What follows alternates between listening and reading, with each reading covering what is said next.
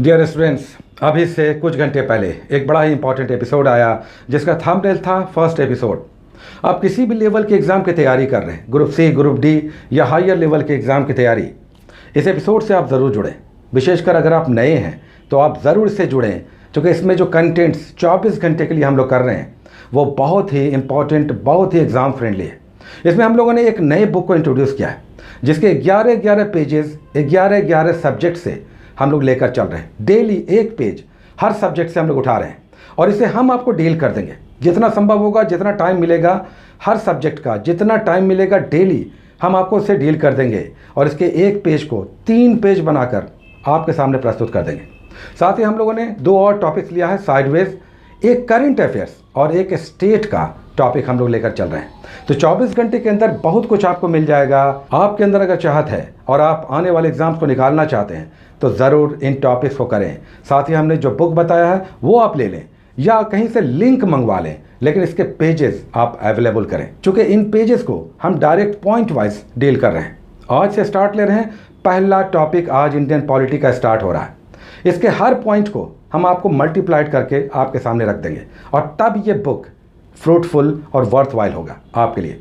और देखेंगे कि 1 महीने में ही आप कहां से कहां पहुंचेंगे। तो आज से तैयारियों में एक नई धार जुड़ेगी, एक नया तेज दिखाई देगा और तब आप देखेंगे कि 1 महीने में ही इसका बेनिफिट आपको कितना मल्टीप्लाइड होकर मिलता है और तब कोई भी एग्जाम आपके लिए टफ नहीं होगा। चलिए, इंडियन पॉलिटी का जो हम लोगों ने पहला पेज लिया था आज उसे डील करते हैं और फिर देखते हैं कि आपके लिए ये कितना वर्थ वाइल होता है। इंडियन पॉलिटी में पहला पेज आज हम लोग करने जा रहे हैं, जो दरअसल यहाँ पर पेज नंबर 2 है। चूँकि एनसीईआरटी सार संग्रह का पहला पेज विषय का नाम होता है, जैसे यहाँ पर भारतीय राज्य व्यवस्था है, तो पहला पेज यहाँ पर पेज नंबर 2 होगा। अब इस पेज नंबर 2 पे जितने भी कंटेंट हैं, 1 लाइनर्स, हम आपको समझा देंगे। कान में लगाकर इसे आप केवल सुन लें, आपको दूसरे बुक को पढ़ने की आवश्यकता नहीं पड़ेगी। दूसरी बात, जिनके पास बुक्स नहीं है, जो कह रहे थे कि बुक्स हमारे पास नहीं है कैसे पढ़ें, वो केवल इसे सुन लें। पहला पॉइंट यहाँ पर कहता है, जो टॉपिक है भारत का संवैधानिक विकास, कॉन्स्टिट्यूशनल डेवलपमेंट ऑफ इंडिया, उसका पहला लाइन यानी पहला पॉइंट है, रेगुलेटिंग एक्ट 1773 के द्वारा सर्वोच्च न्यायालय यानी सुप्रीम कोर्ट की स्थापना कहाँ की गई। तो इसका आंसर है कलकत्ता 1774 में। देश का पहला कानून, सबसे पहला कानून 1773 में आया रेगुलेटिंग एक्ट के रूप में, जिसका हिंदी है विनियामक कानून। ईस्ट इंडिया कंपनी के अधीन पहले गवर्नर जनरल वॉरेन हेस्टिंग के समय में आया था और तब केंद्र था कलकत्ता यानी बंगाल, इसलिए यह कलकत्ता में सुप्रीम कोर्ट स्थापित हुआ देश के पहले कानून के तहत 1774 में और पहले चीफ जस्टिस बने sir Elijah Impey. Next point, भारतीयों को भारत के प्रशासन में भाग लेने का अधिकार किस अधिनियम यानी एक्ट के द्वारा प्राप्त हुआ। तो इसका आंसर है चार्टर एक्ट 1833। चार्टर का मतलब होता है आदेश, जो ब्रिटिश क्राउन के अधीन भारत में आता था कानून के रूप में। सबसे पहला चार्टर एक्ट आया 1793 में, 1793 में। उसके बाद 1813, 1833 और 1853 में। 1853 में सबसे अंतिम चार्टर एक्ट आया। टोटल 4 चार्टर एक्ट आए। भारतीयों को भारत के प्रशासन में भाग लेने का अधिकार 1833 के चार्टर एक्ट के तहत आया। ये चार्टर एक्ट ऐसा था जिसमें संविधान निर्माण के सबसे पहली बार धुंधले संकेत मिलते हैं। इस चार्टर एक्ट में भारतीय प्रशासन का केंद्रीकरण किया गया यानी सेंट्रलाइजेशन हुआ और बंगाल के गवर्नर जनरल को भारत का गवर्नर जनरल बना दिया गया। विलियम बेंटिंक भारत के पहले गवर्नर जनरल बने। इसमें संवैधानिक विकास क्या हुआ, गवर्नर जनरल की परिषद का विस्तार किया गया, जिसमें 3 सदस्यों के साथ एक चौथे सदस्य को जोड़ा गया विधि सदस्य के रूप में। उद्देश्य था कि भारतीय कानूनों को लिपिबद्ध करना, उसे सुधारना और अब भारत में प्रशासन के लिए क्रमवार कानूनों की संहिता तैयार करना। इसलिए विधि आयोग का गठन हुआ और एक विधि सदस्य को इसमें जोड़ा गया। नेक्स्ट पॉइंट, भारतीय विधान परिषद को बजट पर बहस करने की शक्ति किस अधिनियम के द्वारा प्राप्त हुई। नेक्स्ट पॉइंट, केंद्रीय विधानमंडल यानी सेंट्रल लेजिस्लेटिव असेंबली सर्वप्रथम किस अधिनियम के द्वारा बायकैमरल द्विसदनीय हो गई। तो इसका आंसर है 1919 का गवर्नमेंट ऑफ इंडिया एक्ट। 1919 का गवर्नमेंट ऑफ इंडिया एक्ट द्विसदनीय व्यवस्था की सुधार के लिए जाना जाता है, जिसमें केंद्रीय विधान परिषद का स्थान अब राज्य परिषद जो उच्च सदन था और विधानसभा जो निम्न सदन था इस रूप में गठित हो गई, जैसे आज विधानसभा और विधान परिषद है।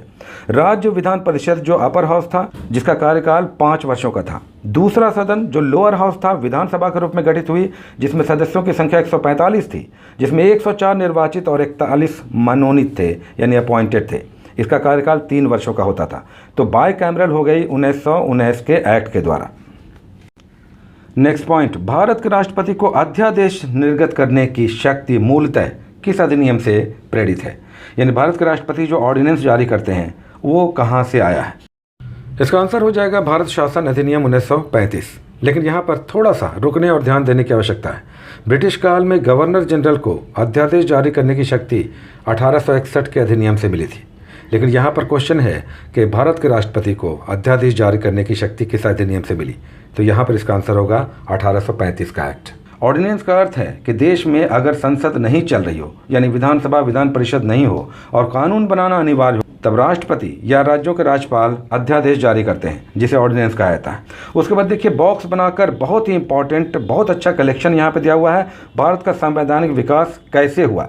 ईस्ट इंडिया कंपनी के अधीन 1773 से लेकर 1853 तक, और फिर ब्रिटिश क्राउन के अधीन 1858 से लेकर 1947 तक। बहुत बहुत इंपॉर्टेंट, इसे आप समझिए कि किस प्रकार भारत में ब्रिटिश शासन ईस्ट इंडिया कंपनी के अधीन और क्राउन के अधीन विभाजित था 1858 के गदर के बाद। नेक्स्ट पॉइंट है, अखिल भारतीय संघ यानी ऑल इंडिया फेडरेशन स्थापित करने का प्रावधान किस अधिनियम के द्वारा किया गया था? तो इसका आंसर है भारत शासन अधिनियम 1935। संघ का मतलब है राज्य और केंद्र के बीच सामंजस्य, शक्तियों का विभाजन। तो ये गवर्नमेंट ऑफ इंडिया एक्ट 1935 में आया।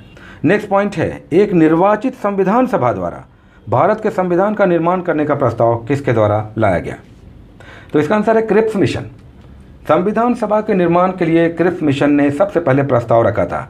वहां पर डोमिनियन स्टेटस के साथ साथ ये कहा गया था कि भारत के लोग अपनी संविधान सभा के द्वारा संविधान निर्माण का प्रयास करेगा। ये सबसे पहले क्रिप्स मिशन में आया था, जो बाद में कैबिनेट मिशन प्लान के तहत आया और संविधान सभा का गठन हुआ। नेक्स्ट पॉइंट, भारतीय संविधान सभा का गठन यानी कॉन्स्टिट्यूएंट असेंबली का फॉर्मेशन किसके अंतर्गत किया गया था? तो इसका आंसर है cabinet mission 1946। Next point, cabinet mission द्वारा प्रस्तुत योजना के अनुसार संविधान सभा में जो कॉन्स्टिट्यूएंट असेंबली गठित हुई थी, प्रांतों से प्रतिनिधियों का निर्वाचन किस अनुपात में किया जाता था? यानी राज्यों से जो सदस्य चुन के जाते थे वो कितनी जनसंख्या पर एक सदस्य चुनकर जाते थे संविधान सभा में? तो इसका आंसर है 10 लाख की जनसंख्या पर एक सदस्य। सही है। नेक्स्ट पॉइंट, भारतीय संविधान का निर्माण करने वाली संविधान सभा के सदस्यों का चुनाव किसके द्वारा किया गया था? जो कॉन्स्टिट्यूएंट असेंबली बनी 489 जिसके सदस्य थे, इसके सदस्य कहाँ से चुनकर आए थे? तो इसका आंसर है विभिन्न प्रांतों की विधानसभाओं के द्वारा। जो तत्कालीन प्रांत थे उनकी विधानसभाओं के द्वारा ये सदस्य चुनकर आए थे, और जिसकी पहली बैठक 9 दिसंबर 1946 को हुई थी। कैबिनेट मिशन प्लान के तहत ये गठित हुआ था।